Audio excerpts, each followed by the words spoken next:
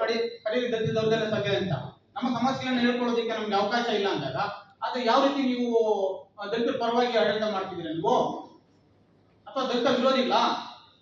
ಅಂದ್ರೆ ನಮ್ಮ ಸಮಸ್ಯೆಗಳನ್ನ ಕೇಳ್ಕೊಳ್ಳಿಕ್ಕೆ ನಿಮ್ಗೆ ಅವಕಾಶ ಕೊಡಿ ಅಂತ ಕೇಳ್ಕೊಳ್ಳೋದು ತಪ್ಪಾ?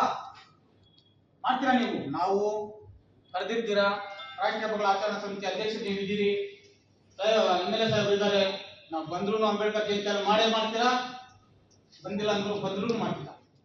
ಆದ್ರೆ ನಮ್ಮ ಸಮಸ್ಯೆಗಳಾಗಿ ಇಟ್ಕೊಂಡು ನೀವು ಅಂಬೇಡ್ಕರ್ ಜಯಂತಿನ ಆಚರಣೆ ಮಾಡ್ತಕ್ಕಂಥದ್ದು ಎಷ್ಟು ಸರಿ?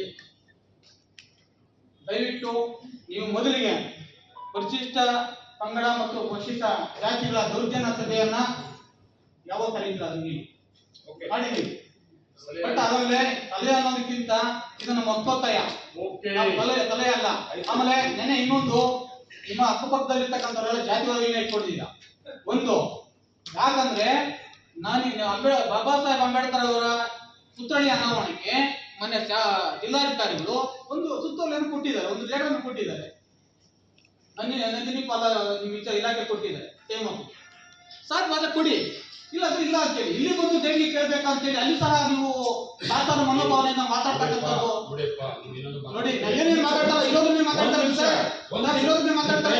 ನೀವು ಕೊಡ್ಬೇಡಿ,